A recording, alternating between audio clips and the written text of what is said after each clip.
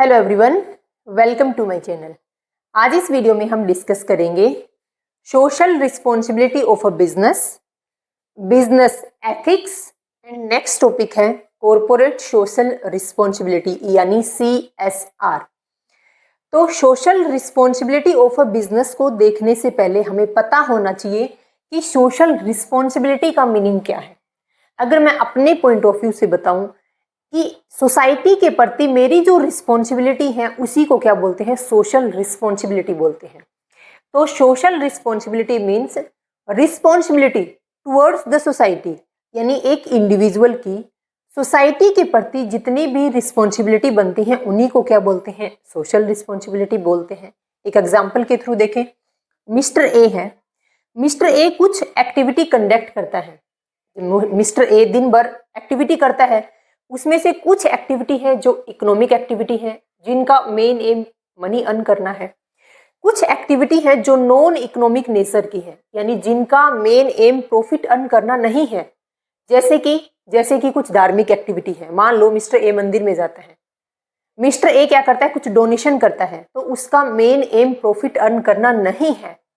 But इसी mister A की मान लो एक शॉप है, एक जनरल स्टोर है, तो इस मिस्टर ए का मेन एम उस शॉप से क्या करना है, मनी अर्न करना है, प्रॉफिट अर्न करना है। तो जब एक पर्सन दिन भर जितनी भी एक्टिविटी कंडक्ट करता है, उन एक्टिविटी को कंडक्ट करते टाइम उसका मेन एम ठीक है प्रॉफिट अर्न करना है, लाइवलीहुड को अर्न करना है, बट कुछ अदर फैक्टर को भी ध्यान में रखना होता है। जैसे कि मान लो ये मिस्टर ए है और ये मिस्टर ए है एक शॉपकीपर, ठीक है, इसका मेन एम क्या है, अपनी लाइवलीहुड को अर्न करना है, यानी अपनी आजीविका के लिए पैसे अर्न करने हैं। लेकिन इसको कुछ फैक्टर और भी ध्यान रखने होंगे। जैसे कि जब ये गुड्स एंड सर्विसेज की बाइंग और सेलिंग करेगा तो क्या करेगा, रीजनेबल रेट पर गुड्स को सेल करेगा, एक्स्ट्रा कचरा नहीं फैलाएगा अपने आसपास की शॉप के पास में, यानी एक्स्ट्रा कचरा नहीं फैला रहा, यानी इन्वायरमेंटल फैक्टर को ध्यान रख रहा है। हर कस्टमर को रीजनेबल रेट के ऊपर गुड क्वालिटी का प्रोडक्ट अवेलेबल करा रहा है, यानी सोशल फैक्टर को ध्यान में रख रहा है। तो जब एक पर्सन दिन भर जितनी भी एक्टिविटी कंडक्ट करता है, ठीक है, वो एक्टिविटी कंडक्ट की जाती है प्रॉफिट अर्न करने के लिए, बट उन एक्टिविटी में हमें कुछ अदर फैक्टर को भी ध्यान रखना पड़ता है जो हमारी रिस्पॉन्सिबिलिटी है, उन्हीं को बोलते हैं हम सोशल रिस्पॉन्सिबिलिटी। तो इस मिस्टर ए का मेन एम है प्रॉफिट अर्न करना या फिर अपनी लाइवलीहुड अर्न करना, बट इस मिस्टर ए को सोशल एंड इन्वायरमेंटल फैक्टर का भी ध्यान रखना पड़ेगा। तो मैंने अभी सिर्फ आपको इतना बताया है कि सोशल रिस्पॉन्सिबिलिटी का मीनिंग क्या है। एक इंडिविजुअल का जब भी वो एक्टिविटी परफॉर्म करता है तो उन एक्टिविटी के दौरान उसको अदर फैक्टर को भी ध्यान में रखना पड़ता है, चाहे वो सोशल फैक्टर हो, चाहे वो इन्वायरमेंटल फैक्टर हो या फिर कोई अदर फैक्टर हो। एक पर्सन का प्रॉफिट अर्न करने के दौरान या फिर अपनी लाइवलीहुड अर्न करने के दौरान अदर फैक्टर से एक सोसाइटी पर पड़ने वाले जो इम्पैक्ट हो रहा है उसको ध्यान में रखना है। इसी को हम क्या बोलते हैं, सोशल रिस्पॉन्सिबिलिटी बोलते हैं। यानी मिस्टर ए ठीक है गुड्स एंड सर्विसेज की सेल कर रहा है, बट उसे ध्यान रखना है कि उसकी शॉप के आसपास में कचरा ना फैलाए। वो अगर प्रोडक्ट सेल कर रहा है तो रीजनेबल प्राइस पर प्रोडक्ट सेल करे। ये है सोशल रिस्पॉन्सिबिलिटी का मीनिंग। अब हम देखेंगे social responsibility of a business, यानी एक बिजनेस की सोसाइटी के प्रति क्या रिस्पॉन्सिबिलिटी है। देखो, एक बिजनेस सोसाइटी के अंदर एग्जिस्ट करता है, सोसाइटी से ही रॉ मटेरियल को परचेज करता है और सोसाइटी में ही रॉ मटेरियल को फिनिश गुड्स में कन्वर्ट करके उसको सोसाइटी में ही सेल कर देता है। सोसाइटी से ही क्या करते हैं, लेबर की डिमांड करता है। तो जब बिजनेस का हर एक फैक्टर सोसाइटी से रिलेटेड है तो क्या बिजनेस की कोई रिस्पॉन्सिबिलिटी नहीं बनती कि वो सोसाइटी की तरफ ध्यान दे। तो अब हम देखेंगे कि social responsibility of a business, यानी एक बिजनेस की सोसाइटी के प्रति क्या रिस्पॉन्सिबिलिटी है। देखो,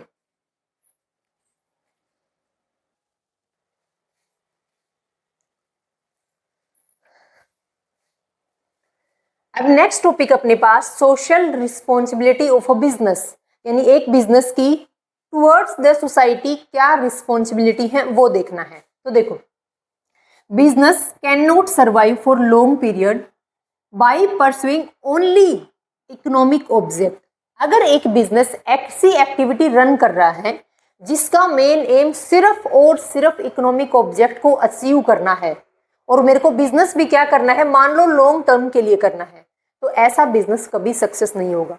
ठीक है, बिजनेस का मेन एम प्रॉफिट अर्न करना है, बट इकोनॉमिक एक्टिविटी के साथ साथ बिजनेस को अदर फैक्टर को भी ध्यान रखना पड़ेगा, उसको कुछ सोशल एक्टिविटी को भी ध्यान रखना पड़ेगा कि मेरे बिजनेस में जो एक्टिविटी हो रही है उन एक्टिविटी का सोसाइटी के ऊपर कोई इम्पैक्ट तो नहीं हो रहा। इम्पैक्ट तो हो लेकिन पॉजिटिव इम्पैक्ट हो, कोई नेगेटिव इम्पैक्ट अगर सोसाइटी या इन्वायरमेंट के ऊपर हो रहा है तो बिजनेस लॉन्ग रन में चल ही नहीं पाएगा। एग्जाम्पल दो, मान लो ये मार्कर है, हम इस मार्कर की क्या कर रहे हैं, ट्रेड कर रहे हैं, बाइंग और सेलिंग कर रहे हैं। सेम मार्कर मार्केट में पहले से अवेलेबल है, मैंने भी ऐसे सेम मार्कर बना लिया, ठीक है, मैं ये मार्कर बेच रही हूँ सेम रेट पर जितनी प्राइस इसकी मार्केट के अंदर है, लेकिन मेरे प्रोडक्ट की क्वालिटी लो है।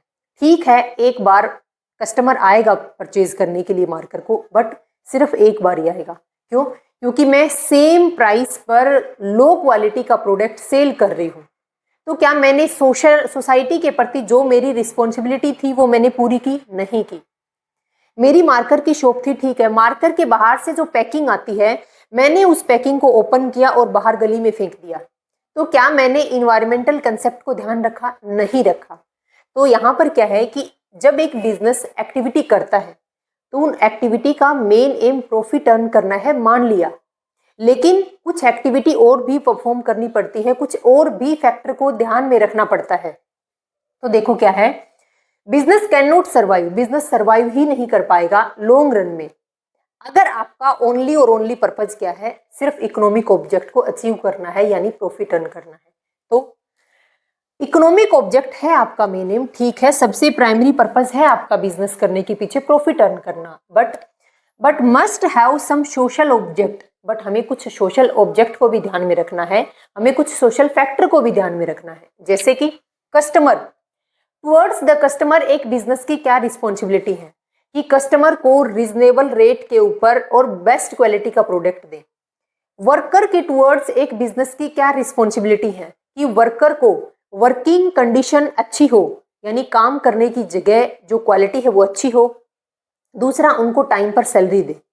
थर्ड है, शेयर होल्डर के टुवर्ड्स एक बिजनेस की क्या रिस्पॉन्सिबिलिटी है कि शेयर होल्डर ने जो पैसा बिजनेस के अंदर इन्वेस्ट किया है वो सेफ रहे, प्लस टाइम टू टाइम उनको उनकी कैपिटल के ऊपर रिटर्न मिलता रहे। कम्युनिटी की तरफ एक बिजनेस की क्या रिस्पॉन्सिबिलिटी है कि आप जो प्रोडक्ट दे रहे हो वो प्रोडक्ट बेस्ट हो, प्लस जी बिजनेस एग्जिस्ट कहाँ करता है, बिजनेस एक सोसाइटी के अंदर एग्जिस्ट करता है, तो बिजनेस की वजह से पोल्यूशन ना हो, ना तो एयर पोल्यूशन हो ना तो लैंड पोल्यूशन हो।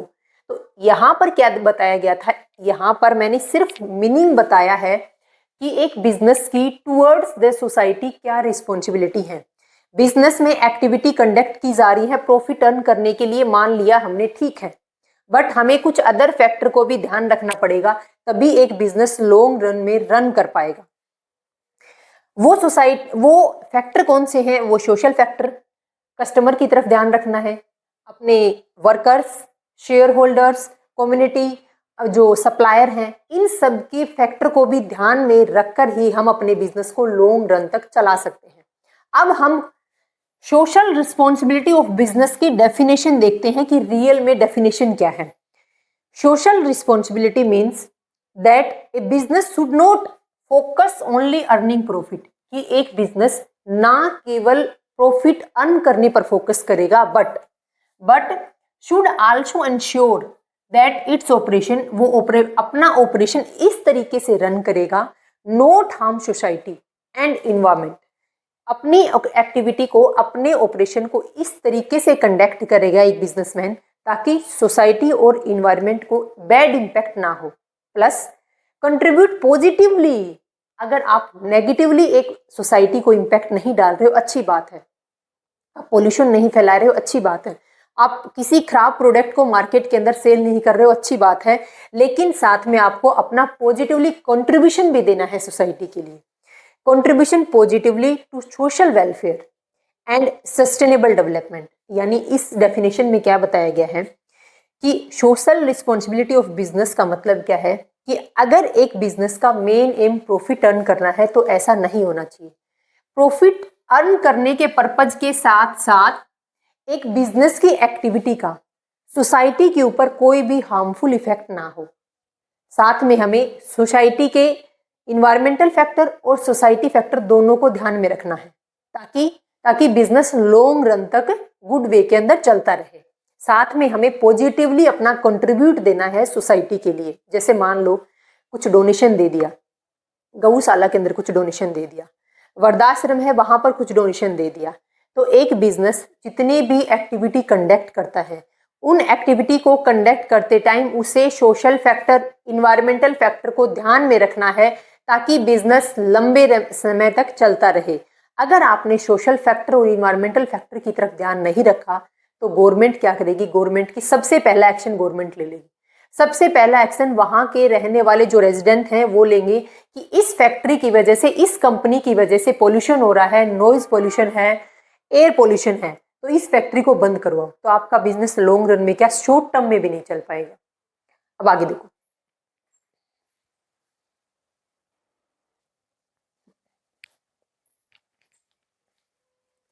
नेक्स्ट टॉपिक अपने पास है बिजनेस फोकस्ड ऑन 3 पिलर्स। यानी हम उस बिजनेस को बेस्ट मानेंगे जो बिजनेस इन 3 P के ऊपर टिका हुआ है। यानी बिजनेस की एक्टिविटी का मेन एम है प्रॉफिट अर्न करना, सेकंड है पीपल के कंसेप्ट को ध्यान रखना है यानी सोशल फैक्टर को भी ध्यान में रख रहा है, तीसरा हमारे पास प्लेनेट यानी इन्वायरमेंटल फैक्टर को भी ध्यान रखना है। यानी बिजनेस के द्वारा कंडक्ट की जाने वाली सभी एक्टिविटी का मेन एम होगा प्रॉफिट अर्न करना यानी इकोनॉमिक ऑब्जेक्ट को अचीव करना, लेकिन साथ में सोशल फैक्टर को भी ध्यान में रखेगा और साथ में इन्वायरमेंटल फैक्टर को ध्यान में रख करके सारी एक्टिविटी को क्या करेगा, कंडक्ट करेगा। तो वो बिजनेस क्या माना जाएगा, बेस्ट बिजनेस माना जाएगा। नेक्स्ट हमारे पास कैश फॉर सोशल रिस्पॉन्सिबिलिटी, यानी एक ऐसा बिजनेस जो सोसाइटी के प्रति अपनी रिस्पॉन्सिबिलिटी पूरी कर रहा है, उसके फेवर में कुछ पॉइंट बोले गए हैं। सेकंड, एक ऐसा बिजनेस जो सोसाइटी के प्रति अगर रिस्पॉन्सिबिलिटी पूरी कर रहा है तो उसके अपोजिट कुछ पॉइंट बोले गए हैं। यानी एक बिजनेस सोसाइटी के प्रति इतना क्यों झुका हुआ है, इतना सोसाइटी की तरफ क्यों ध्यान दे रहा है, क्योंकि बिजनेस का मेन एम तो प्रॉफिट अर्न करना है, तो प्रॉफिट पर ध्यान दो। सोशल फैक्टर को इतना क्यों जोर लगा रहे हो उसके ऊपर। तो सबसे पहला पॉइंट अपने पास कैश फॉर सोशल रिस्पॉन्सिबिलिटी, यानी पक्ष में तर्क दिए गए हैं कि एक बिजनेस सोशल रिस्पॉन्सिबिलिटी को क्यों पूरा करता है। पहला रीजन है business is a part of society, business society का एक पार्ट है, इसलिए बिजनेस को सोसाइटी के प्रति अपनी रिस्पॉन्सिबिलिटी पूरी करनी चाहिए। कहने का मतलब क्या है, एक बिजनेस सोसाइटी के अंदर एग्जिस्ट होता है, सोसाइटी से रॉ मटेरियल लेता है, उसको फिनिश गुड्स में कन्वर्ट करके वापस सोसाइटी को ही क्या कर देता है, सप्लाई कर देता है। सोसाइटी से ही लेबर की डिमांड करता है और उनको वेजेस देता है। यानी विदाउट सोसाइटी एक बिजनेस एग्जिस्ट ही नहीं हो पाएगा। सोसाइटी से ही उसको हर चीज अवेलेबल होती है। मान लो अगर पैसे की कमी होती है तो बिजनेस क्या करेगा, शेयर इशू करेगा। तो शेयर होल्डर कहाँ रहते हैं, वो भी तो सोसाइटी का पार्ट है। तो अगर एक बिजनेस को लॉन्ग रन तक बेस्ट वे के अंदर चलना है तो उसको सोशल कंसेप्ट को ध्यान रखना पड़ेगा। सेकंड है अवॉइडेंस ऑफ गवर्नमेंट रेगुलेशन। अगर बिजनेस एक्टिविटी कर रहा है लेकिन एक भी सोशल कंसेप्ट को ध्यान नहीं रख रहा, ना तो कस्टमर को वो जो गुड्स है वो बेस्ट क्वालिटी का दे रहा, ना जो लेबर है उनको वेजेस सही रेट से दे रहा, ना ही वो टैक्स की रेट है उसको फॉलो कर रहा, तो क्या गवर्नमेंट इंटरफेयर नहीं करेगी। तो अगर आपके बिजनेस को स्मूथली तरीके से रन करना चाहते हो तो बिजनेस की जो रिस्पॉन्सिबिलिटी बनती है, बिजनेस के ऊपर जितना टैक्स बनता है वो टैक्स पे करो। गवर्नमेंट ने जो बिजनेस के रिगार्डिंग रूल रेगुलेशन बना रखे हैं उनको फॉलो करो, नहीं तो गवर्नमेंट एंट्री मारेगी ही मारेगी। तो गवर्नमेंट के रूल रेगुलेशन को अवॉइड करने के लिए, यानी गवर्नमेंट का इंटरफेयर हमारे बिजनेस के अंदर कम से कम हो, इसके लिए हमें क्या करना पड़ेगा, गवर्नमेंट के रूल रेगुलेशन को फॉलो करते चलो। तीसरा है long term self interest of business. Business का खुद का सेल्फ इंटरेस्ट है कि लंबे समय तक बिजनेस को चलाना है। तो लंबे समय तक बिजनेस तभी एग्जिस्ट में रह पाएगा अगर आप जितने भी सोशल फैक्टर हैं, जितने भी इन्वायरमेंटल फैक्टर हैं, उनको अगर ध्यान में रखकर बिजनेस एक्टिविटी कंडक्ट कर रहे हो। सेकंड पॉइंट हमारे पास केस अगेंस्ट सोशल रिस्पॉन्सिबिलिटी। यहाँ पर ये तर्क दिए गए हैं कि एक बिजनेस सोशल रिस्पॉन्सिबिलिटी को इतना क्यों ध्यान रखे, क्यों वो इतना सोसाइटी के वेलफेयर के लिए काम करे। हमारा मेन एम तो प्रॉफिट अर्न करना है, हम तो प्रॉफिट अर्न करेंगे और अपने घर चलते बनेंगे। क्यों करते हैं हम ऐसा? देखो, contrary to the object of business. Contrary का मतलब है विरोधाभास। देखो, बिजनेस का ऑब्जेक्ट क्या है? प्रॉफिट अर्न करना।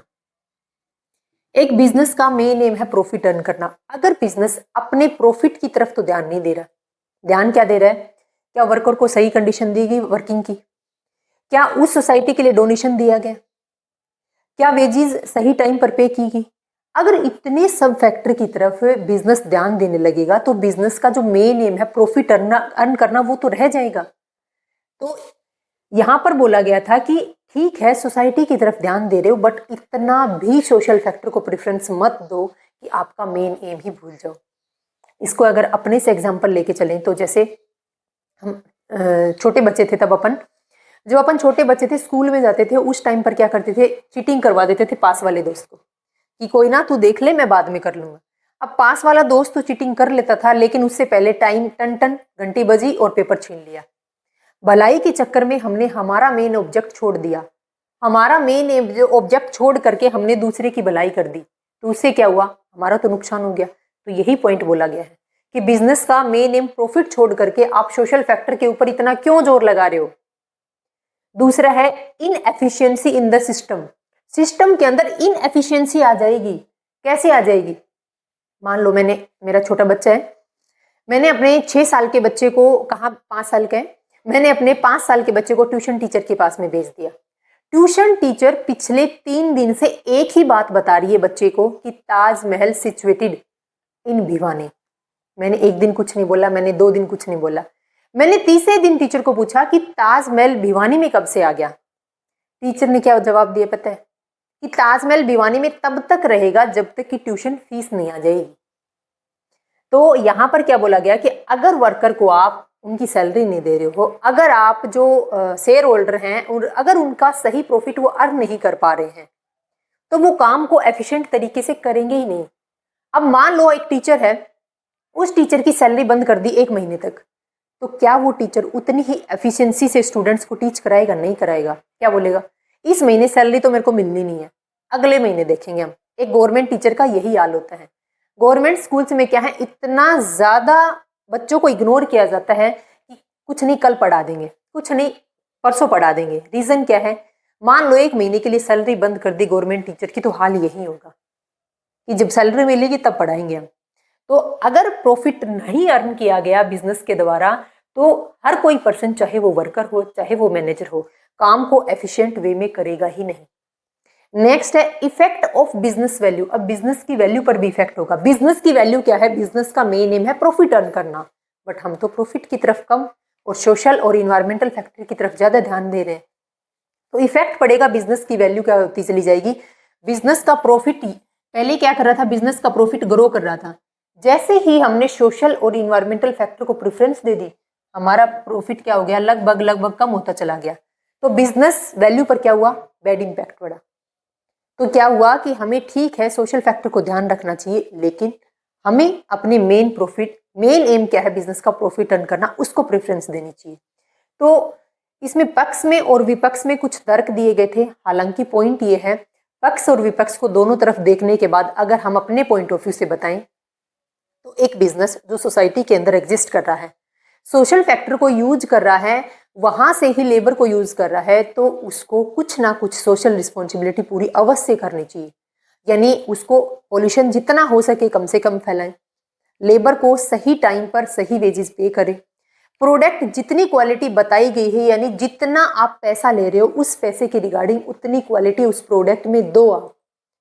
ठीक है, प्रॉफिट अर्न करना है बिजनेसमैन का मेन एम, लेकिन आप सोशल फैक्टर को, इन्वायरमेंटल फैक्टर को भी ध्यान रखो। देखो इससे आगे का point.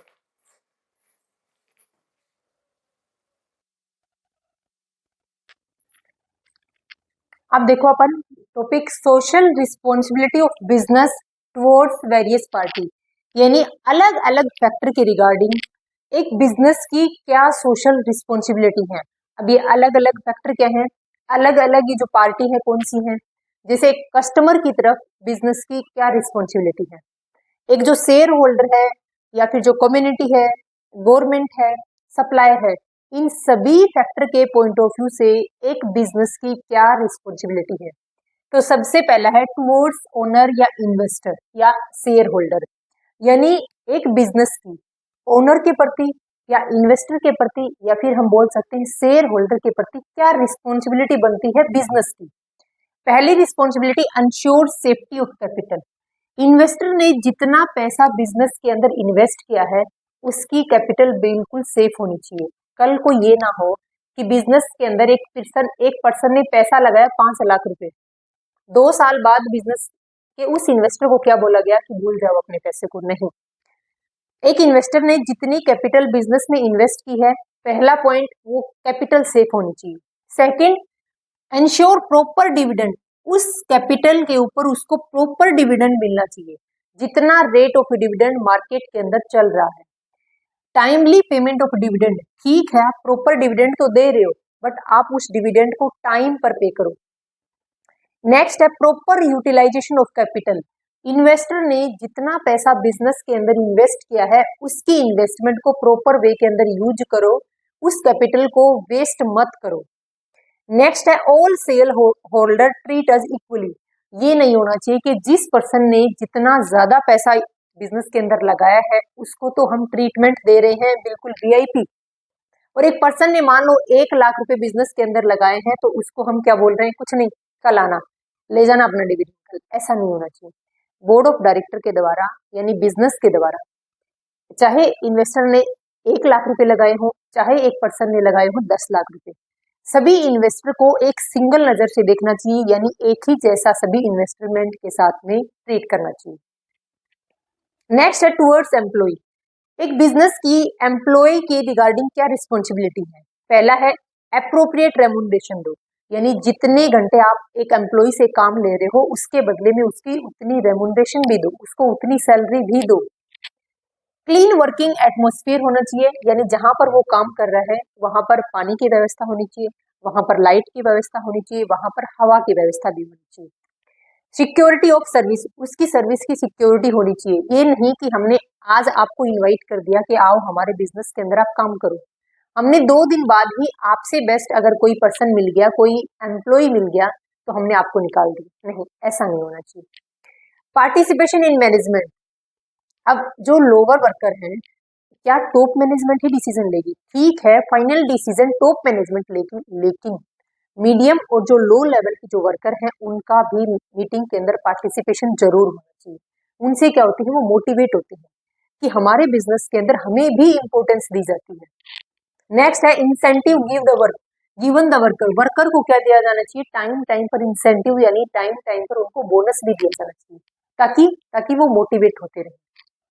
Provide education and training, अगर किसी काम के रिगार्डिंग एम्प्लॉयर को लगता है कि इन एम्प्लॉय को क्या देने की रिक्वायरमेंट है, ट्रेनिंग, तो एम्प्लॉयर के द्वारा उन एम्प्लॉय को टाइम टाइम पर ट्रेनिंग और उनके डेवलपमेंट के लिए कुछ न कुछ प्रोग्राम जरूर परफॉर्म किए जाने चाहिए। Opportunity for promotion and development, उनको अपॉर्चुनिटी दी जानी चाहिए प्रमोशन की, यानी वर्कर ये नहीं कि 10 साल तक एक पर्सन एक फैक्ट्री के अंदर एक ही उस पे काम कर रहा है पद पे, नहीं, ऐसा नहीं होना चाहिए। अगर ऑप्शन निकल रहे हैं, अगर ऊपर वाले वैकेंट हो रही है पोस्ट तो नीचे वाले जो वर्कर हैं उनको अपॉर्चुनिटी जरूर दी जानी चाहिए, जिससे कि उनको लगता है कि हम जिस सोसाइटी के अंदर हम जिस बिजनेस के अंदर काम कर रहे हैं वो बिजनेस कल को हमें प्रमोशन देने के चांसेस भी हैं। और अगर ऐसा नहीं हुआ कि प्रमोशन तो कभी देता ही नहीं है बिजनेस, जिस पोस्ट पर एक बार आपको अपॉइंट कर दिया आपको उसी पोस्ट पर लाइफ टाइम जिंदगी निकल जाएगी बिजनेस के अंदर, बट आपका प्रमोशन नहीं होगा। तो इससे क्या होता है, इससे वर्कर के अंदर क्या है, प्रमोशन को लेकर के उस बिजनेस के रिगार्डिंग पॉजिटिविटी तो बिल्कुल खत्म हो जाती है।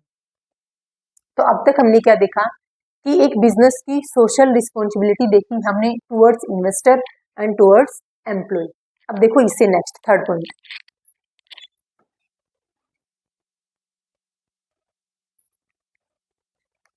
नेक्स्ट है टुवर्ड्स कंज्यूमर, एक बिजनेस की क्या रिस्पॉन्सिबिलिटी है। अवेलेबिलिटी गुड्स क्वालिटी प्रोडक्ट, यानी अगर एक कस्टमर आता है, अगर एक कंज्यूमर आता है गुड्स को परचेज करने, तो बिजनेसमैन का जो रिस्पॉन्सिबिलिटी बनती है वो क्या है कि इस कस्टमर को मैं रिजनेबल रेट के ऊपर गुड क्वालिटी का प्रोडक्ट अवेलेबल कराऊं। तो पहली रिस्पॉन्सिबिलिटी है बिजनेस की टुवर्ड्स कंज्यूमर कि गुड क्वालिटी का प्रोडक्ट दिया जाए। जिस प्रोडक्ट के रिगार्डिंग आप एडवर्टाइजमेंट कर रहे हो वो एडवर्टाइजमेंट फेक नहीं होनी चाहिए, रियल होनी चाहिए।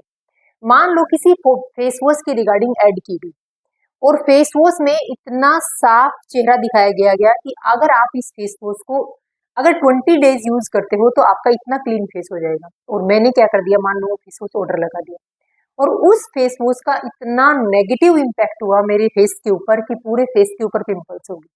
तो जो भी आप एडवर्टाइजमेंट कर रहे हो वो बिल्कुल रियल होनी चाहिए। तीसरा है फेयर ट्रेड प्रैक्टिस होनी चाहिए। अब ये नहीं होना चाहिए कि अगर मान लो मैं ये मार्कर परचेज करने जाती हूँ तो शॉपकीपर मेरे को क्या बोलता है, मैं आपको ये मार्कर तब दूंगा जब आप इसके साथ में इंक भी परचेज करोगे। ये क्या बाउंडेशन हुई भाई? अगर आप ट्रेड कर रहे हो तो बिल्कुल फेयर ट्रेड करो। ये नहीं कि अगर आप एक चीज परचेज करना चाहते हो तो उसके बदले में पहले आपको दूसरी चीज भी परचेज करनी पड़ेगी तब आपको पहली चीज मिलेगी। ऐसा नहीं होना चाहिए। Provide after sale service, after sale service भी कस्टमर को प्रोवाइड की जानी चाहिए।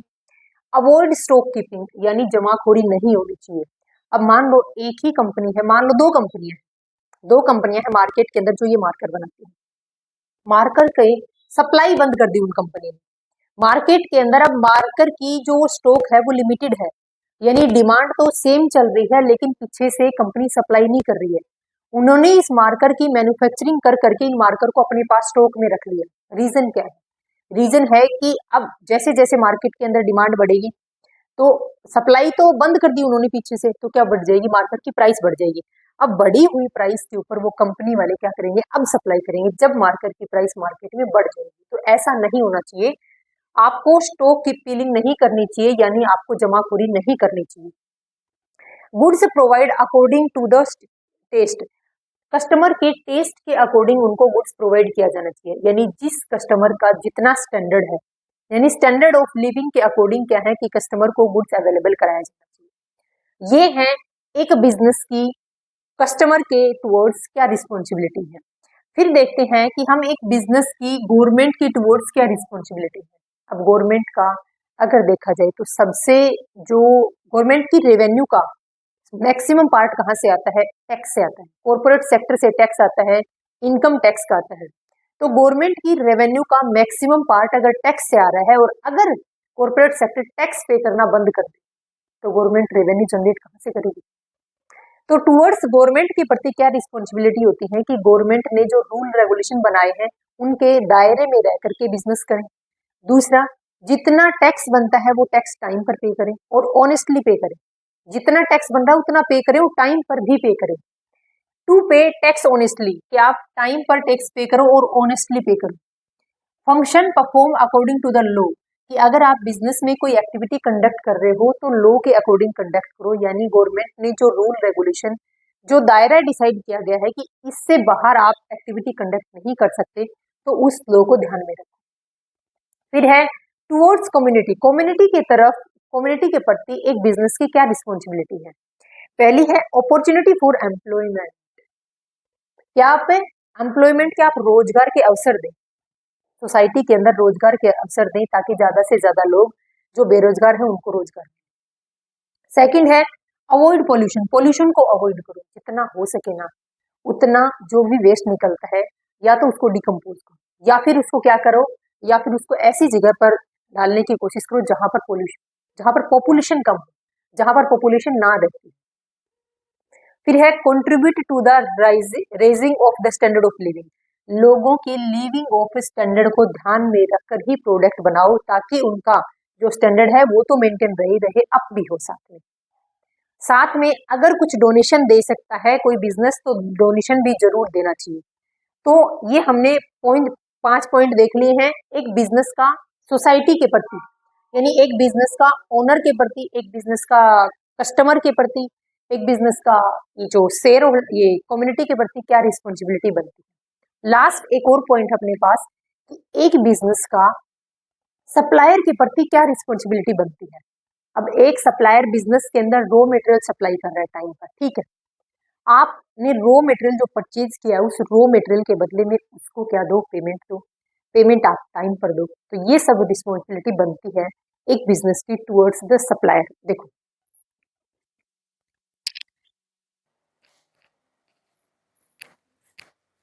अब टुवर्ड्स सप्लायर एक बिजनेस की क्या रिस्पॉन्सिबिलिटी है, देखिए रेगुलर पेमेंट, यानी सप्लायर ने जितना गुड्स जितना रॉ मटेरियल बिजनेस को सप्लाई किया है उसकी उतनी गुड्स की पेमेंट कर दीजिए टाइम पर।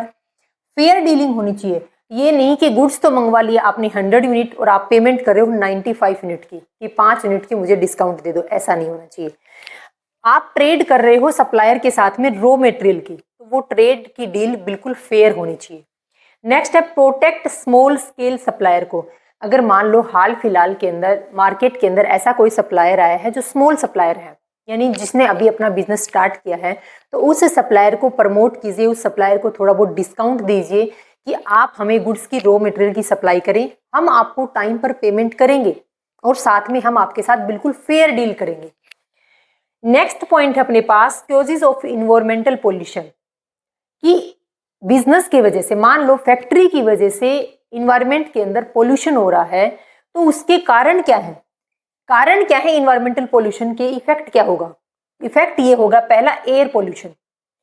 पूरे बिजनेस के अंदर गुड्स एंड सर्विसेज का प्रोडक्शन हो रहा है, मान लो ये मार्कर जिस फैक्ट्री के अंदर बनता है, तो जिस फैक्ट्री में ये मार्कर बनेगा तो यानी प्लास्टिक का वेस्ट तो निकलेगा ही निकलेगा। तो प्लास्टिक की वेस्ट की वजह से एयर पोल्यूशन होता है। छोटे छोटे सब्सटेंस क्या हो जाते हैं एटमॉस्फेयर के अंदर, एयर के अंदर इंक्लूड हो जाते हैं और वो एयर की क्वालिटी को गिरा दे जाते हैं। और जब कोई भी पर्सन उसको इनहेल करता है एयर को, उस टाइम पर क्या हो जाती है, उसको कुछ डिजीज का शिकार हो जाता है। तो पहला है एयर पोल्यूशन। दूसरा है वाटर पोल्यूशन।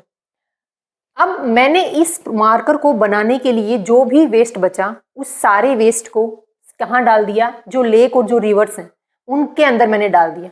तो वेस्ट को मैंने लेक और रिवर में डालने की वजह से क्या है, जो मछलियां हैं, जो सी जितने भी एनिमल्स हैं, उन एनिमल्स की क्या हो जाएगी, उनकी जान पर बात आ जाएगी। क्यों? क्योंकि इस वेस्ट की वजह से क्या है, उनके जीवन के ऊपर इफेक्ट होगा। तीसरा है लैंड पोल्यूशन। जितना भी वेस्टेज निकला इस मार्कर को बनाने में, मैंने वो सारा वेस्टेज कहाँ डाल दिया, लैंड पर डाल दिया। जितना भी डैमेज प्लास्टिक था मैंने लैंड पर डाल दिया, तो क्या लैंड की फर्टिलिटी खत्म नहीं हो जाएगी? तो ये वो कारण है, देखो एयर पोल्यूशन की वजह से, वाटर पोल्यूशन की वजह से और लैंड पोल्यूशन की वजह से पूरा इन्वायरमेंट क्या हो रहा है, पोल्यूटेड हो रहा है। रीजन क्या है? रीजन है कि हम वेस्ट को सही तरीके से यूज नहीं कर रहे। हम वेस्ट को अगर रिसाइकिल कर दें, अगर वेस्ट को एक ऐसी जगह पर डालें जहां पर पब्लिक के ऊपर इम्पैक्ट ना पड़े, बट ऐसा कोई नहीं करता है। तो अब ये जो वेस्ट हो रहा है, यानी इस वेस्ट की वजह से जो इन्वायरमेंट पोल्यूशन हो रहा है, उसको क्या करना है, अब role of business in environment protection. अब हमें बिजनेस का इन्वायरमेंट का प्रोटेक्शन करना है कि हमें यहाँ पर हमने पोल्यूशन फैला दिया है। अब क्या करना है कि इन्वायरमेंट को प्रोटेक्ट करने के लिए बिजनेस का क्या रोल होगा। अब सबसे पहली बात, इन्वायरमेंट को प्रोटेक्ट करना है तो जो एम्प्लॉयर है सिर्फ वही टॉप लेवल पर, यानी सबसे पहले टॉप मैनेजमेंट डिसीजन लेगी कि हमें इन्वायरमेंटल को ध्यान में रखकर ही क्या करना है, प्रोडक्शन करना है। इन्वायरमेंट को ध्यान में रखकर ही हमें ट्रेड डील करनी है। हमें रिसोर्सेज को इस वे में यूज करना है ताकि हम सस्टेनेबल डेवलपमेंट के कंसेप्ट को फॉलो कर सकें। यानी हम रिसोर्सेज को इस तरीके से यूज करें कि हम भी उन रिसोर्सेज को यूज कर लें और आने वाली जनरेशन के लिए भी वो रिसोर्सेज सेफ रहे। तो देखो रोल ऑफ बिजनेस, बिजनेस का क्या रोल है इन्वायरमेंट को प्रोटेक्ट करने में। सबसे पहले यूज करो इको फ्रेंडली टेक्निक को, यानी इस मार्कर को बनाने के लिए मुझे एक ऐसी टेक्निक का यूज किया जाना चाहिए जो वेस्ट कम से कम निकाले। रिसाइकलिंग इंडस्ट्रियल वेस्ट, इस मार्कर को बनाने में मान लो फिर भी उस टेक्निक से हल्का फुल्का वेस्ट निकला, तो उस वेस्ट का क्या करना, रिसाइकिल करने की कोई टेक्निक को जरूर ढूंढना चाहिए। तीसरा use of eco mark by producing eco friendly product. हम जो प्रोडक्ट फैक्ट्री के अंदर बन रहे हैं उन प्रोडक्ट को यूज करो इको मार्क्स। सबसे पहले हमें इको मार्क्स का पता होना चाहिए।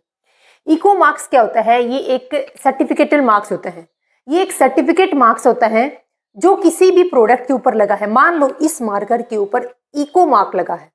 इको मार्क का मीनिंग क्या होगा कि इस प्रोडक्ट को बनाने से लेकर के और इस प्रोडक्ट को डिस्पोजल तक, यानी जब तक ये प्रोडक्ट बनता है, बनने से लेकर ये प्रोडक्ट के एंड होने तक ये प्रोडक्ट इन्वायरमेंट को कोई इम्पैक्ट नहीं करेगा। कोई भी नेगेटिव इम्पैक्ट ये मार्कर इन्वायरमेंट के ऊपर नहीं डालेगा। तो यानी जिस प्रोडक्ट के ऊपर इको मार्क लगे होते हैं, इको मार्क्स वाले प्रोडक्ट ये कहलाते हैं कि इस प्रोडक्ट को बनाने में और इस प्रोडक्ट को बनाने से लेकर यूज करने के दौरान इस प्रोडक्ट का इन्वायरमेंट के ऊपर कोई इम्पैक्ट नहीं होगा। तो इको मार्क क्या है? इको मार्क एक सर्टिफिकेट मार्क है जो लॉन्च किया गया था गवर्नमेंट ऑफ इंडिया ने 1991 के अंदर। गवर्नमेंट जिस प्रोडक्ट को इको मार्क लगाने की परमिशन दे देती है, इट मीन्स वो प्रोडक्ट हार्मफुल नहीं है इन्वायरमेंट के लिए।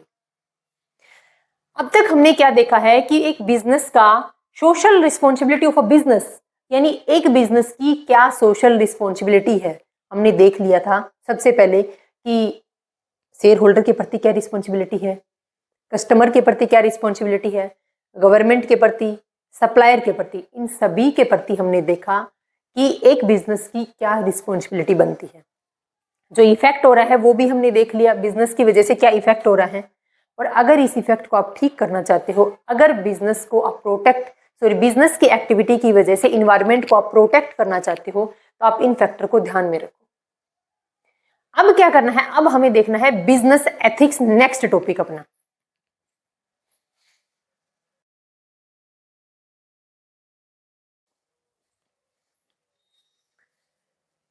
अब हम देखते हैं कि बिजनेस एथिक्स क्या है। देखो, एक पॉइंट होता है एथिक्स और एक होता है लॉ। एथिक्स और लॉ दोनों ही हमें क्या बताते हैं कि क्या चीज हमारे लिए सही है, क्या चीज हमारे लिए गलत है, यानी कौन सी चीज है जो हमारे लिए फेयर है और कौन सी चीज हमारे लिए अनफेयर है। बट दोनों के बताने का तरीका अलग है। जैसे एक बच्चे को कोई चीज एक मम्मा भी बताती है और एक पापा भी बताते हैं। मम्मा क्या है, बहुत प्यार से बताती है बच्चे को, लेकिन पापा क्या है, थोड़े से स्ट्रिक्ट होके बताते हैं बच्चे को। तो यही डिफरेंस, इतना ही डिफरेंस है लॉ एंड एथिक्स में। तो बिजनेस एथिक्स के अंदर, हालांकि लॉ और एथिक्स दोनों के अंदर ही हमें ये बताया जाता है कि क्या चीज तो हमारे लिए सही है और क्या चीज हमारे लिए गलत है। तो अब लॉ और एथिक्स में डिफरेंस देखो। तो लॉ क्या है? Not wearing seat belt then punish by fine. आपको क्या किया जाएगा? अगर आपने सीट बेल्ट वियर नहीं कर रखी या फिर आपने मान लो हेलमेट वियर नहीं कर रखा, तो ये कानून बना हुआ है कि आपके ऊपर क्या लगेगा? फाइन पे करना पड़ेगा। अब एथिक्स क्या है? एथिक्स हमारी मोरल रिस्पॉन्सिबिलिटी है, हमारी नैतिक कर्तव्य है। एथिक्स, मान लो एक सीनियर सिटीजन है और सीनियर सिटीजन रोड क्रॉस कर रहा है, बट उससे रोड क्रॉस नहीं हो रहा, तो हम क्या करते हैं? उनकी मदद करते हैं। तो वो क्या है? वो हमारी मोरल ड्यूटी है, वो हमारे एथिक्स हैं। अगर मैंने उस एल्डर पर्सन को रोड क्रॉस करवा दिया तो गुड है, अगर मान लो मैंने नहीं करवाया तो मेरे को क्या कोई पनिशमेंट मिलेगी? नहीं मिलेगी। तो अगर आप लॉ को तोड़ते हो तो आप पनिश किए जाते हो, चाहे आपको सजा मिले, चाहे आपको फाइन पे करना पड़े। अगर आप एथिक्स को फॉलो नहीं करते हो, यानी जो आपकी मोरल ड्यूटी है, अगर आप उनको नहीं निभाते हो, तो आपको कोई भी पर्सन पनिश नहीं करता। Not helping an elder person may be consider unethical, तो आपको अनएथिकल माना जाएगा, लेकिन आपको कोई पनिशमेंट नहीं दी जाएगी। नेक्स्ट है नेचर। जो लॉ होते हैं वो रिटन के अंदर होते हैं और वो कोडेड फॉर्म में होते हैं, लेकिन जो एथिक्स होते हैं वो अनरिटन होते हैं और वो पर्सनल नॉर्म्स होते हैं, यानी हर पर्सन के अपने अपने तरीके हैं पब्लिक की हेल्प करने का। कोई पर्सन है वो एल्डर पर्सन की मदद करता है, कोई पर्सन है जो ये जो गरीब रोड के फुटपाथ पर रहते हैं, रोड किनारे, इनकी मदद करता है। कोई पर्सन ऐसा है जो ये स्ट्रीट डॉग्स होते हैं, इनकी मदद करता है। हर पर्सन का मदद करने का तरीका अलग है। सबके अपने अपने एथिकल्स हैं, सबकी अपनी अपनी क्या है? नैतिक कर्तव्य हैं। कोई किसी कर्तव्य को बेस्ट मानता है, कोई अपने किसी कर्तव्य को बेस्ट मानता है। तो ये अनरिटन होते हैं और ये पर्सन टू पर्सन डिपेंड करते हैं। Next, flexibility. लॉ के अंदर बहुत कम फ्लेक्सिबिलिटी होती है। अगर लॉ के अंदर चेंज करना है तो पहले एक प्रोसेस से गुजरना पड़ेगा। तो law required a legal process to change. अगर लॉ के अंदर चेंज करना है तो हमें एक लीगल प्रोसेस को कंप्लीट करना पड़ेगा। बट क्या एथिक्स में ऐसा है? एथिक्स में ऐसा कुछ नहीं है। Ethics required only a new information. मान लो एक बच्चे को हमने बता रखा है कि जब भी घर पे कोई एल्डर पर्सन आता है तो उसको राम राम बोलने हैं। ठीक है, वो राम राम करता है, लेकिन मान लो कि एल्डर पर्सन के अलावा घर में और कोई आता है तो वो पर्सन, तो हमारा बच्चा क्या करेगा, उनको राम राम नहीं करेगा। फिर हम उनको एक और इन्फॉर्मेशन देते हैं कि अगर कोई भी अननोन पर्सन आता है, आपसे मिलता है, तो आप उसको पहले नमस्कार बोलना। तो ये क्या है, एक नई इन्फॉर्मेशन दे दी बच्चे को, यानी बच्चे के एथिक्स को डेवलप कर दिया। पर्पज क्या है, इसका पर्पज है सोशल ऑर्डर एंड पीस, यानी शांति बनाए रखना है। कानून क्यों पास किए जाते हैं? अगर मान लो ये कानून पास नहीं कर रखा होता कि सीट बेल्ट वियर करना है कार को ड्राइव करते टाइम, या फिर टू व्हीलर को ड्राइव करते टाइम आपको हेलमेट वियर करना है, तो 30% पब्लिक भी ना तो हेलमेट वियर करेगी ना तो सीट बेल्ट। तो शांति बनाए रखने के लिए और सुरक्षा के पर्पज से लॉ को बनाया गया है। एथिक्स का पर्पज क्या है कि ये सिखाना कि क्या चीज हमारे लिए सही है और क्या चीज हमारे लिए गलत है और हमें क्या करना चाहिए। एनफोर्समेंट क्या है, एनफोर्समेंट बाय गवर्नमेंट है, but ethics is based on self interest है। ये क्या है, इसको एनफोर्समेंट बाय गवर्नमेंट है, बट यहाँ ethics person to person depend करती है, अपने अपने इंटरेस्ट पर डिपेंड है एथिक्स। अगर किसी भी पर्सन ने लॉ को तोड़ा तो उसको मिलेगी पनिशमेंट, उसको पे करना पड़ेगा फाइन। लेकिन अगर किसी भी पर्सन ने एथिक्स को ध्यान नहीं रखा गया, मोरल ड्यूटी थी कि अगर एल्डर पर्सन रोड क्रॉस कर रहा है, उससे नहीं हो रहा तो मदद कर दो, बट अगर किसी ने नहीं की तो रिजल्ट क्या मिलेगा, सिर्फ वो अपने उसको शेम, उसको गिल्टी महसूस होगी। अगर 4 लोग उसको बोलते हैं कि तूने एक एल्डर पर्सन को रोड क्रॉस नहीं करवाया, बोलने वाले पर्सन ने सिर्फ उनकी क्या है, इंसल्ट की है, और उसको ना कोई फाइन लगाया उसके ऊपर, उसको ना कोई पनिशमेंट दी। तो एथिक्स और लॉ के अंदर जो डिफरेंस था वो बताया मैंने, क्योंकि ये एथिक्स और लॉ में डिफरेंस वैसा ही है जैसे एक बच्चे की केयर मम्मी और पापा करते हैं। हालांकि पापा भी बहुत प्यार करते हैं बच्चे से, बट पापा का रोल थोड़ा स्ट्रिक्ट होता है, मम्मी का रोल काफ़ी सॉफ्ट होता है। तो वो सॉफ्ट कॉर्नर एथिक्स है और थोड़ा सा हार्ड कॉर्नर लॉ है। देखो इससे आगे,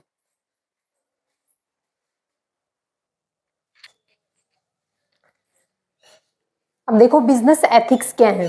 बिजनेस एथिक्स वो प्रिंसिपल, वो गाइडलाइंस हैं जो बताते हैं कि बिजनेस को कैसे कंडक्ट करना है, यानी बिजनेस की एक्टिविटी को कैसे करना है ताकि सोसाइटी के ऊपर, ताकि इन्वायरमेंट के ऊपर बैड इम्पैक्ट ना पड़े। जैसे कि कुछ एग्जांपल लेते हैं। चार्ज फेयर प्राइस, बिजनेस जिस गुड्स को बना रहा है उस गुड्स को बना करके जो प्राइस डिसाइड करेगा उस गुड्स की, वो प्राइस फेयर प्राइस होनी चाहिए। मान लो इस मार्कर को बनाने की कॉस्ट आती है सिर्फ 50 रुपये, लेकिन मार्केट में ये मार्कर की सेलिंग प्राइस रखी जाती है 150 रुपये। अब ये तो फेयर प्राइस नहीं होगी। जहां पर कॉस्ट 50 रुपये आ रही है, अगर आप प्रॉफिट भी ऐड करोगे पर मार्कर, अगर 20 रुपीज़ प्रॉफिट ऐड किया तो भी 70 रुपये इसकी सेलिंग प्राइस होनी चाहिए। बट मार्केट के अंदर ये मार्कर 150 के अंदर सेल किया जा रहा है, तो ये तो फेयर प्राइस चार्ज नहीं की कंपनी ने। तो क्या होना चाहिए, बिजनेस एथिक्स क्या बोलते हैं कि बिजनेस जो एक्टिविटी कंडक्ट कर रहा है, यानी बिजनेस जो इस मार्कर की प्राइस डिसाइड कर रहा है, तो प्राइस कैसी होनी चाहिए, बिल्कुल फेयर होनी चाहिए। Use fair weight for measurement. आपको प्रोडक्ट, मान लो हम 1 किलो चीनी परचेज कर रहे हैं, दुकानदार को बोलते हैं कि भाई साहब 1 किलो चीनी का वेट कर दीजिए, 1 किलो चीनी दे दीजिए। दुकानदार क्या करता है, दुकानदार देता है सिर्फ 950 ग्राम चीनी, 50 ग्राम पर केजी पर खा गया दुकानदार। तो ऐसा नहीं होना चाहिए। पे टैक्स ऑनेस्टली, बिजनेस को, कॉर्पोरेट सेक्टर को, कोई भी हो चाहे इंडिविजुअल हो, टैक्स ऑनेस्टली पे किया जाना चाहिए गवर्नमेंट को। Fair treatment to the workers. अब बिजनेसमैन क्या करता है कि वर्कर्स से काम तो फुल टाइम लेता है, लेकिन ना तो उनके काम के अकॉर्डिंग उनको सैलरी दे रहा है, ना उनकी जो वर्किंग कंडीशन है वो अच्छी है। तो ऐसा नहीं करना चाहिए। तो ये एग्जाम्पल बताई है मैंने बिजनेस एथिक्स के। एथिक्स का मतलब है कि क्या हमारे लिए सही है, क्या हमारे लिए गलत है। बिजनेस के वर्कर को वर्किंग कंडीशन अच्छी प्रोवाइड नहीं कर रहे, ये अनएथिकल सिचुएशन है। क्या करना चाहिए कि बिजनेस के वर्कर्स को जो जगह दी जाती है काम करने की, वो क्या होनी चाहिए, बिल्कुल अच्छी होनी चाहिए, साफ सुथरी होनी चाहिए, हवादार होनी चाहिए, वहां पर लाइट भी प्रॉपर होनी चाहिए। एलिमेंट ऑफ बिजनेस एथिक्स है। अब बिजनेस एथिक्स के एलिमेंट देखिए। सबसे पहले top management commitment. Top management को बिजनेस के एथिक डिसाइड करने चाहिए, जैसे कि जैसे कि प्रोडक्ट की प्राइस डिसाइड करेगा अलग डिपार्टमेंट, प्रोडक्ट का वेट करेगा अलग डिपार्टमेंट। तो हर डिपार्टमेंट के लिए टॉप मैनेजमेंट के द्वारा कुछ गाइडलाइंस और कुछ नॉर्म्स इशू किए जाने चाहिए, ताकि वो उन नॉर्म्स को फॉलो करके ही हर प्रोडक्ट की पैकिंग, उसकी प्राइस डिसाइडिंग को अच्छे तरीके से कर सके। पब्लिकेशन ऑफ कोड, कोड का मतलब है कुछ नॉर्म्स, कुछ रूल रेगुलेशन, यानी टॉप मैनेजमेंट के द्वारा कुछ रूल रेगुलेशन बना करके हर डिपार्टमेंट तक सेंड किए जाने चाहिए कि इन नॉर्म्स को फॉलो करके ही आपको क्या करना है, बिजनेस को रन करना है। एस्टेब्लिशमेंट ऑफ कंप्लायंस मैकेनिज्म, अब यहाँ कंप्लायंस मैकेनिज्म का मतलब है कि जो कोड बनाए थे उन कोड को अप्लाई करना है। नेक्स्ट है involving employ at all level, अगर टॉप मैनेजमेंट ठीक है डिसीजन लेती है, बट एम्प्लॉय की भी उन मीटिंग के अंदर पार्टिसिपेशन होना जरूरी है, ताकि एम्प्लॉय भी मोटिवेट हो। मेजरिंग रिजल्ट, और इन सब करने से यानी हमने जो एथिक्स डिसाइड किए थे उन एथिक्स को अप्लाई करके क्या रिजल्ट निकला है, उस रिजल्ट का मेजर भी किया जाना जरूरी है। अब हम देखेंगे कि इस बिजनेस एथिक्स का रिजल्ट क्या निकलता है, इंपैक्ट क्या होता है, वो देखो।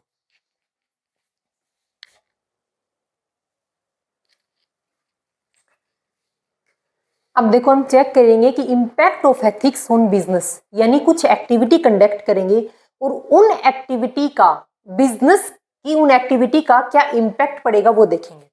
सबसे पहले प्लांट लोकेशन। अब प्लांट लोकेशन कहाँ करनी चाहिए? अगर आप कोई भी बिजनेस सेटअप कर रहे हो तो बिजनेस ऐसी जगह सेटअप करना चाहिए कि वहाँ की जो लोकल कम्युनिटी है उसके ऊपर एडवर्स इम्पैक्ट ना हो।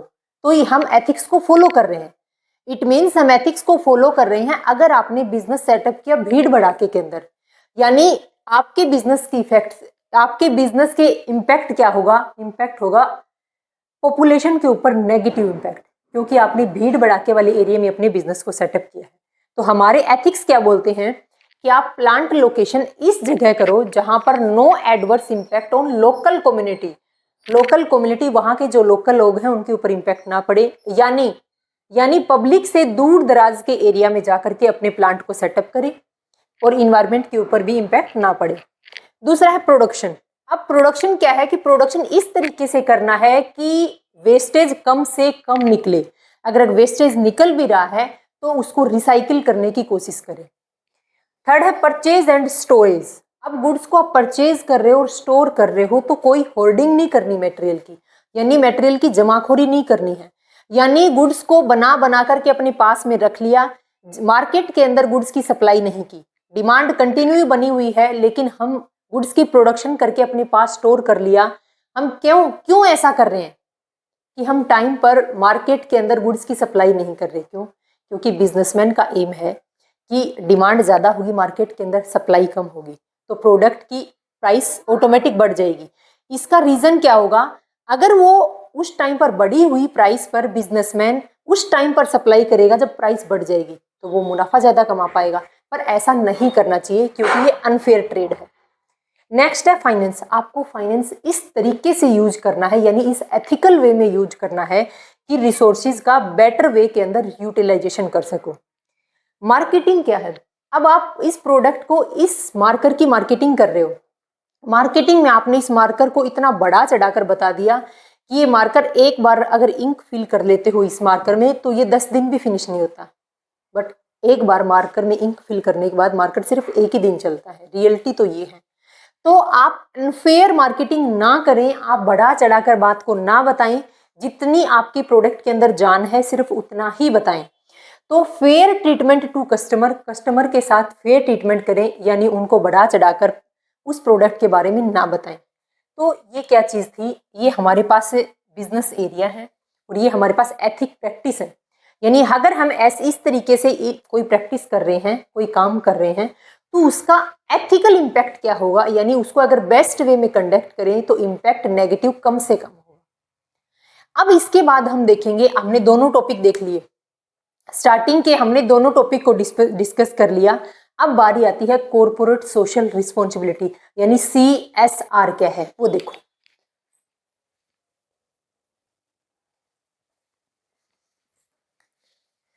अब देखो आज की वीडियो का सबसे इंपॉर्टेंट पॉइंट है अपने पास कॉर्पोरेट सोशल रिस्पॉन्सिबिलिटी, यानी CSR है क्या? तो थोड़ी देर पहले हमने पढ़ा था कि social responsibility of a business, कि एक बिजनेस की सोसाइटी के प्रति क्या रिस्पॉन्सिबिलिटी है। अब हम डिस्कस कर रहे हैं कॉरपोरेट सोशल रिस्पॉन्सिबिलिटी, यानी कॉरपोरेट सेक्टर की सोसाइटी के प्रति क्या रिस्पॉन्सिबिलिटी है। अब डिफरेंस क्या हुआ? वही बात यहाँ पर रही थी, बिजनेस की हो रही थी, ये वही बात यहाँ पर कॉरपोरेट सेक्टर की हो रही है। दोनों में माइनर सा डिफरेंस है। देखो, सोशल रिस्पॉन्सिबिलिटी ऑफ बिजनेस के अंदर क्या होता है कि सोसाइटी एंड इन्वायरमेंट के प्रति कुछ एथिकल ड्यूटी होती है हमारी। एथिकल ड्यूटी मीन्स हमें गुड्स को इस तरीके से बनाना है कि जितनी प्राइस हम गुड्स के लिए चार्ज कर रहे हैं उतनी क्वालिटी भी दें। प्रॉपर उस गुड्स के अंदर उतना वेट होना चाहिए जितना कि हम दावा कर रहे हैं। हम दावा कर रहे हैं कि हम 1 किलो चीनी दे रहे हैं 40 रुपए के, 40 रुपए पर केजी के हिसाब से अगर चीनी दे रहे हो आप, तो 1 केजी चीनी होनी भी चाहिए, ना कि 950 ग्राम चीनी का वेट किया आपने और दे दिया, 50 ग्राम पर किलो पर आपने चीनी बचा ली। ये फेयर नहीं है। तो सोशल रिस्पॉन्सिबिलिटी क्या है बिजनेस की, कि गुड्स को क्वालिटी अच्छी हो, वर्कर के प्रति उनको वर्किंग कंडीशन अच्छी दो, उनको वेजेस टाइम पर दो। अगर आप गुड्स को रॉ मटेरियल को परचेज कर रहे हो तो सप्लायर को टाइम पर पेमेंट करो। ये रिस्पॉन्सिबिलिटी है बिजनेस की। तो ये क्या है कि ये सोसाइटी और इन्वायरमेंट के प्रति कुछ हमारी रिस्पॉन्सिबिलिटी है। लेकिन बात यहाँ पर कॉरपोरेट सोशल रिस्पॉन्सिबिलिटी की हो रही है। CSR क्या है? एक स्पेशल लीगल रिस्पॉन्सिबिलिटी है। ये ध्यान रखना, यहाँ पर एक वर्ड यूज हुआ है लीगल। लीगल आ गया यानी किसी ने किसी एक्ट की एंट्री जरूर हो गई, किसी ने किसी लॉ की एंट्री जरूर हो गई। यहाँ पर, यहाँ तक मैंने किसी लॉ का जिक्र नहीं किया, न मैंने बिजनेस एथिक्स में कोई लॉ बताया। बट कॉरपोरेट सोशल रिस्पॉन्सिबिलिटी एक स्पेसिफिक लीगल रिस्पॉन्सिबिलिटी है जो प्रॉफिट अर्न करने के साथ साथ सोसाइटी को कुछ रिटर्न देने का भी दावा करती है। ठीक है, बिजनेस का मेन एम प्रॉफिट अर्न करना है, हर बिजनेस का मेन एम है, लेकिन क्या एक बिजनेस सिर्फ प्रॉफिट अर्न करने के लिए ही उस सोसाइटी के अंदर एग्जिस्ट कर रहा है? क्या बिजनेस की खुद की कोई रिस्पॉन्सिबिलिटी नहीं बनती? तो मैं आपको आंसर देती हूँ, एक बिजनेस सोसाइटी के अंदर एग्जिस्ट करता है, वहीं से रॉ मटेरियल को यूज करता है और फिनिश गुड्स में कन्वर्ट करके उसी सोसाइटी के अंदर उनको वापस सप्लाई कर देता है। सोसाइटी के फैक्टर को यूज करता है, सोसाइटी से ही लेबर की डिमांड करता है, वहीं से लेबर आते हैं। तो हर चीज बिजनेस को सोसाइटी से मिल रही है, तो बिजनेस की भी रिस्पॉन्सिबिलिटी बनती है कि वो सोसाइटी के प्रति कुछ अपने कर्तव्य पूरे करे। तो कॉरपोरेट सोशल रिस्पॉन्सिबिलिटी के अंदर एक स्पेशल लीगल रिस्पॉन्सिबिलिटी है बिजनेस की। क्या रिस्पॉन्सिबिलिटी है? गवर्नमेंट ने एक स्पेसिफिक दायरा डिसाइड किया गया है, यानी गवर्नमेंट ने 3 कंडीशन डिसाइड की हैं।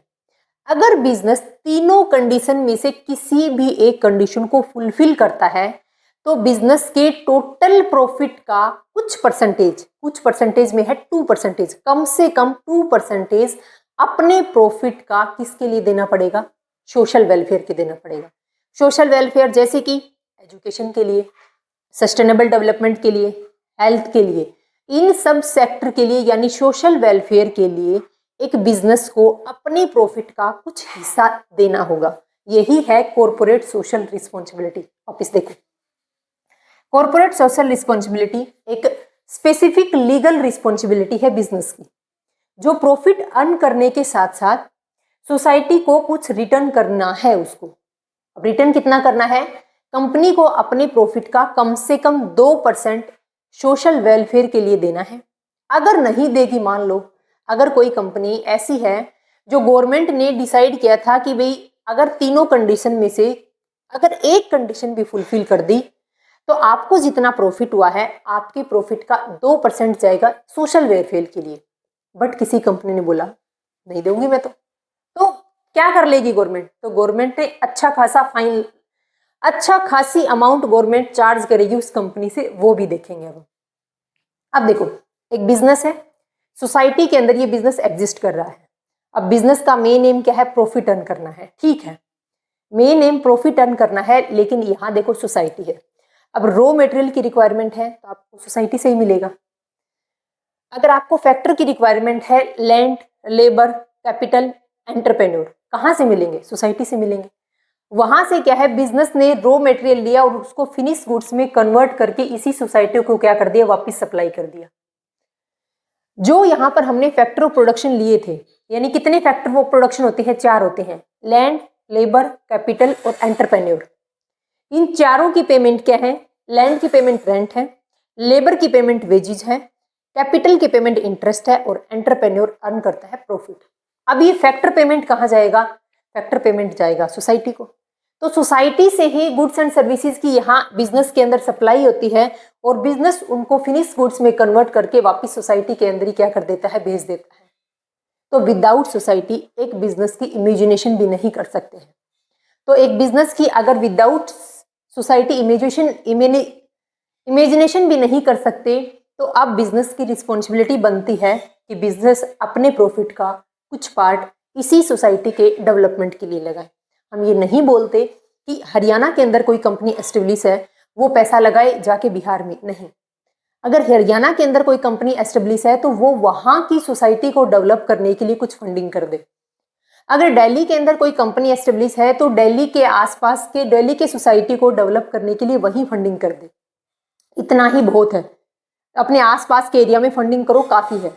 लेकिन गवर्नमेंट ने जितना डिसाइड किया है उतना परसेंटेज करना पड़ेगा। अगर नहीं करते तो गवर्नमेंट ने फाइन भी लगा रखा है।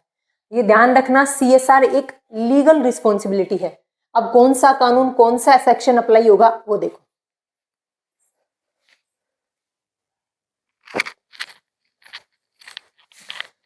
अब देखो, काफी इंपॉर्टेंट पॉइंट है, ध्यान से देखना।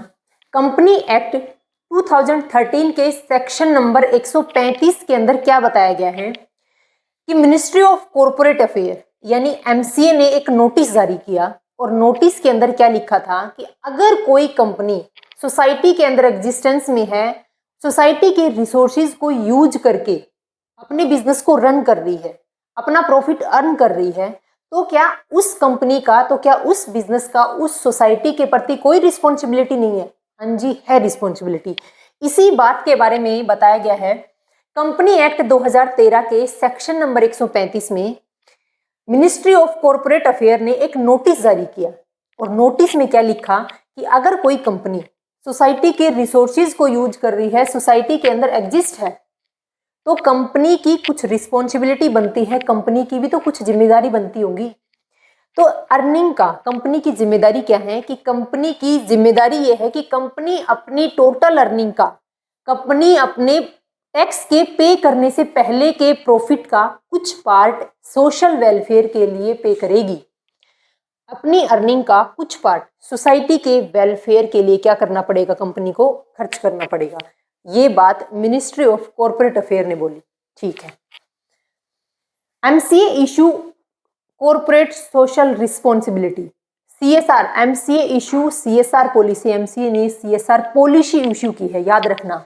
पॉलिसी इशू की है 27 फरवरी 2014 को। इशू तो पहले कर दी थी, बता दिया था कि हर कंपनी के ऊपर अप्लाई होगी, लेकिन मैंडेटरी कब किया, मैंडेटरी कर दिया गया था उसको 1 अप्रैल 2014 को। 1 अप्रैल 2014 से हर कंपनी के ऊपर CSR पॉलिसी अप्लाई होगी, कंपनी चाहे कोई भी हो। ध्यान रखना, मैंने इधर लिखा हुआ है, मेंशन किया था कि हर कंपनी के लिए मैंडेटरी किया था, for each company, her company के लिए CSR पॉलिसी को अप्लाई किया जाएगा हर कंपनी के ऊपर। अभी CSR पॉलिसी के अंदर लिखा क्या था वो बाद में देखेंगे, वापिस से बताती हूँ। MCA ने CSR पॉलिसी इशू की हर कंपनी के लिए, इशू की थी 27 फरवरी 2014 को। मैंडेटरी अप्लाई किया था MCA ने उसको 1 अप्रैल 2014 से। यहाँ पर मैंने लिखा है कि हर कंपनी के लिए मैंडेटरी है, चाहे प्राइवेट कंपनी हो, चाहे पब्लिक कंपनी हो, चाहे डोमेस्टिक कंपनी हो, चाहे फॉरेन कंपनी हो, चाहे होल्डिंग कंपनी हो, चाहे सब्सिडरी कंपनी हो, एनी कंपनी, हर कंपनी के ऊपर ये CSR पॉलिसी अप्लाई होगी। अब ये है क्या वो देखो। कंपनी एक्ट 2013 के सेक्शन नंबर 135 के अंदर क्या बोला गया है कि अगर कोई भी कंपनी इन कंडीशंस में से, कंडीशन मैंने आपको अभी नहीं बताई है, नेक्स्ट स्लाइड में सबसे पहले आपको कंडीशन बताऊंगी, नोट करना। लेकिन कंपनी एक्ट 2013 के सेक्शन नंबर 135 में बोला गया है कि अगर कोई भी कंपनी इन कंडीशंस में से, जो 3 कंडीशन मैं आपको बताऊंगी, उन कंडीशंस में से किसी भी एक कंडीशन को अगर फुलफिल कर देती है वो कंपनी, तो उस कंपनी के ऊपर सेक्शन 135 अप्लाई हो जाएगा। यानी अगर कोई भी company ministry of corporate affair ने जो 3 कंडीशन बताई हैं, अगर उन तीनों कंडीशन में से किसी भी एक कंडीशन को अगर कोई कंपनी फुलफिल कर देती है, तो उस कंपनी के ऊपर कंपनी एक्ट 2013 के सेक्शन नंबर 135 अप्लाई हो जाएगा। सेक्शन नंबर 135 अप्लाई होते ही वो कंपनी किसके अंदर आ जाएगी? CSR रूल के अंदर आ जाएगी। यानी उसके ऊपर कॉर्पोरेट सोशल रिस्पॉन्सिबिलिटी के रूल अप्लाई हो जाएंगे। और रूल क्या है?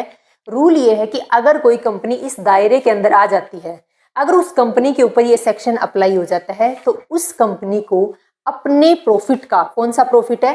टैक्स पे करने से पहले का प्रॉफिट है, उस कंपनी को अपने प्रॉफिट का 2% सोशल वेलफेयर को देना होगा। ये पॉइंट है। अब बात है कि मान लो कि कोई कंपनी इस सेक्शन को फॉलो नहीं करती। अगर फॉलो करती है देन कंपनी एप्रिशिएशन की जाएगी, यानी कंपनी को वेलफेयर दिया, कंपनी बेस्ट होगी और उसको कुछ एप्रिशिएट किया जाएगा। अगर फॉलो नहीं किया तो कंपनी के ऊपर लगेगी पेनल्टी, और वो पेनल्टी कितनी लगेगी वो भी हम आपको बाद में बताएंगे। लेकिन अगर कंपनी ने सेक्शन 135 का अप्लाई होने के बाद अगर उन रूल को फॉलो नहीं किया तो क्या करनी पड़ेगी? पेनल्टी लगेगी। और पेनल्टी को मैं नोट करवाऊंगी, ध्यान रखना आप इस चीज को। अभी मैं आपको बताती हूं कि कंपनी एक्ट 2013 के सेक्शन नंबर 135 के अंदर बताई हुई कंडीशंस कौन सी हैं। कंडीशन नोट करो अब आप।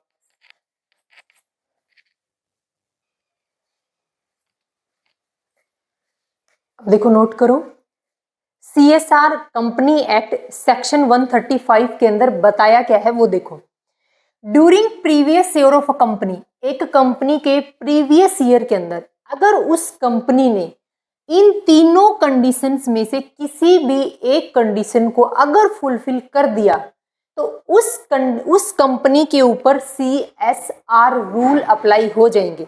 देखो, अगर कंपनी के प्रीवियस ईयर की नेटवर्थ 500 करोड़ या उससे ज्यादा की हो, सेकंड अगर टर्नओवर 1000 करोड़ या उससे ज्यादा का हो, या फिर अगर नेटवर्थ 5 करोड़ या उससे ज्यादा की हो। तीनों के अंदर और वर्ड यूज करना यहां पर आप, यानी अगर इन तीनों में से किसी भी एक कंडीशन को अगर कोई कंपनी फुलफिल कर देती है, तो वो कंपनी किस कैटेगरी में आ जाएगी? उस कंपनी के ऊपर CSR रूल अप्लाई हो जाएंगे। और CSR रूल अप्लाई होने का मतलब है कि उस कंपनी को अपने प्रॉफिट का 2% कम से कम सोशल वेलफेयर के लिए देना होगा, कंपलसरी है। ये जो प्रॉफिट लिया जाएगा, यहां पर ये जो प्रॉफिट कंसीडर करेंगे, ये प्रॉफिट होगा बिफोर टैक्स। पॉइंट नोट करना, अगर फॉरेन के अंदर हमारी इस कंपनी की कोई ब्रांच है, तो उस ब्रांच से अगर कोई प्रॉफिट हमें रिसीव हुआ है तो उसको हम ऐड नहीं करेंगे। नेक्स्ट है कि अगर कंपनी ने रिसीव किया है डिविडेंड, तो भी हम इस नेट प्रॉफिट के अंदर ऐड नहीं करेंगे। नेक्स्ट है कि अगर सेंट्रल गवर्नमेंट को ऐसा लगता है, हालांकि एक कंपनी है, मान लो A लिमिटेड एक कंपनी है, उस कंपनी ने इन तीनों कंडीशंस में से किसी भी कंडीशन को, किसी एक सिंगल कंडीशन को भी फुलफिल नहीं किया, इसका मतलब क्या है? उसके ऊपर CSR के रूल अप्लाई नहीं होंगे।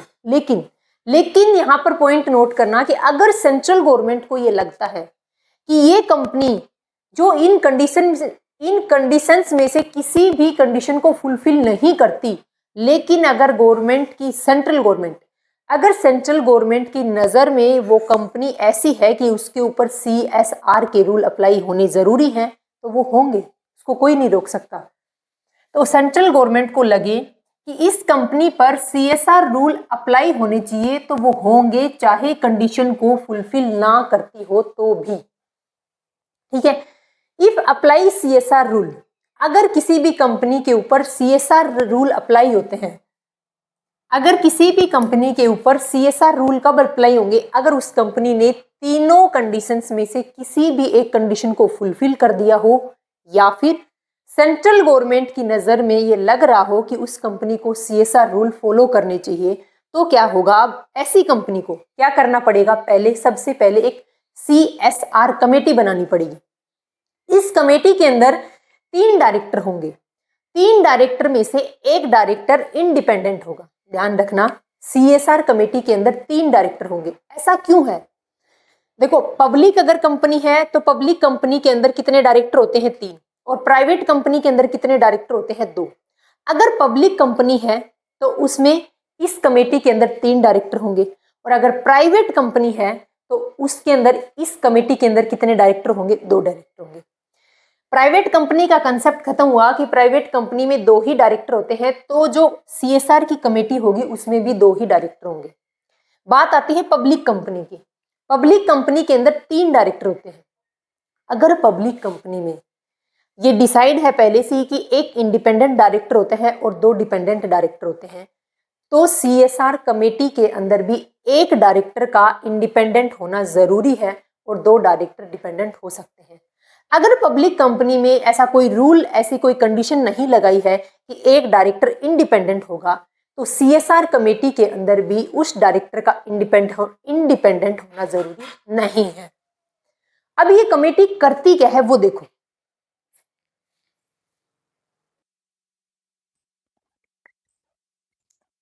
अब देखो, जो CSR की जो कमेटी बनाई गई है उस कमेटी का कार्य क्या है?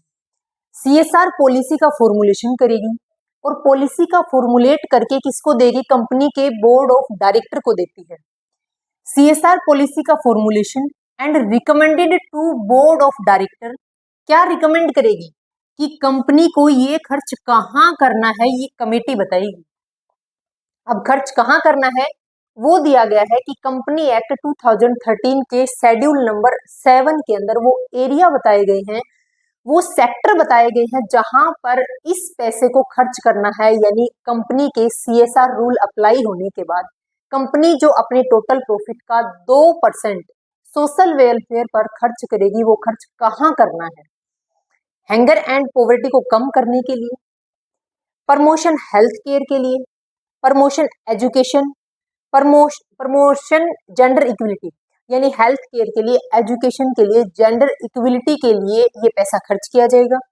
इन्वायरमेंट की सस्टेनेबिलिटी के लिए, protection of national heritage, art and culture के रिगार्डिंग पैसा खर्च कर सकते हैं। आर्म फोर्स एंड वॉर के डिफेक्ट हो चुका एरिया, यानी वॉर की वजह से जो एरिया डिफेक्ट हो चुका है उसके लिए भी ये पैसा खर्च किया जा सकता है।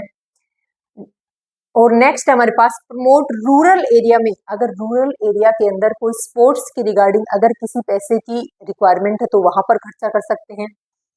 Prime minister national relief fund के अंदर ये पैसा जा सकता है। बात ये है कि ये पैसा वहां खर्च किया जाएगा जहां पर नीड है।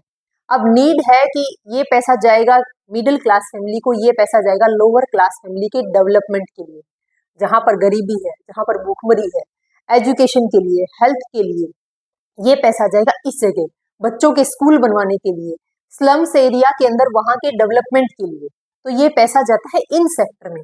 अब पॉइंट अपने पास 2 बच गए।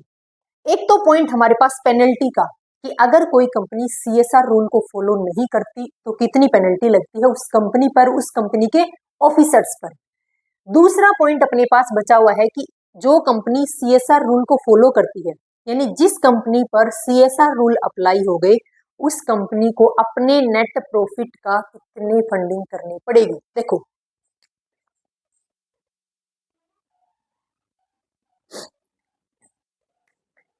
अब देखो, कॉर्पोरेट सोशल रिस्पॉन्सिबिलिटी स्पेंडिंग कितना करनी है, यानी खर्च कितना करना है उसको अपने प्रॉफिट का।